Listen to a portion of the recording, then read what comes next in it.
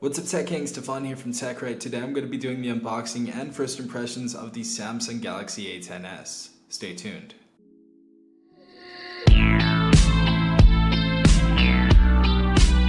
Alright everyone, so first and foremost, this is going to be a 6.2 inch screen. This is going to be 720p instead of 1080p.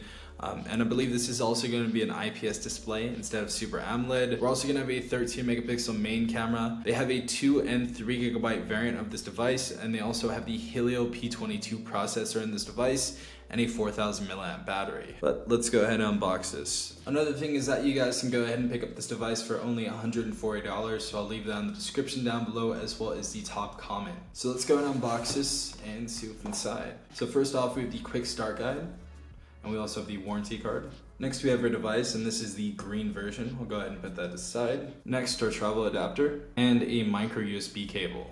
And last but not least, we have the SIM ejector tool. So taking a look at the back of this device, it's kind of like a sparkly green. Definitely reminds me of cars from the 50s. It's a really cool color. This is definitely a very unique color. But first and foremost, we have the Samsung logo at the back. Just above that, we have the fingerprint sensor on the back, so this is not going to be an in-screen fingerprint sensor. We also have our dual camera at the back, 13 megapixel and 2 megapixels. The first one's going to be an f1.8 aperture, and that's going to be our wide-angle camera with autofocus. And next, it can be f2.4 for a depth sensor. The main rear-facing camera is also capable of recording at 1080p 30 frames per second. Right side of the device, you have your power button. Bottom of the phone, we have our headphone jack. We have our micro USB port. We have our noise-canceling mic, and we also have our speaker. Left side of the phone, we have our SIM tray, and just below that, we have the volume up and down rocker. Now, this device in hand does feel a little big, but it's definitely going to be pocketable for most people. This is also going to be a plastic device, so not premium materials with this, but it still feels decent. Selfie camera, we're going to have an f2.0 8 megapixel camera, and that's going to be capable of recording 1080p at 30 frames per second. The next thing about this device is it ships out with Pi, but just know it is upgradable to Android 10.0, and you will be able to get One UI 2. The other thing I've noticed about this device is it has very thick bezels. As you guys see at the bottom, we have that thick chin. But honestly, this looks like a decent screen for $140.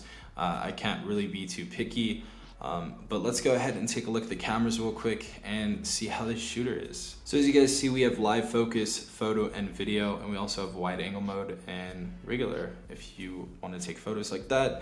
But we're gonna go ahead and put this right here and take a sample photo. So as you guys see in low light, this device, as far as the rear facing camera goes, actually performs pretty decently.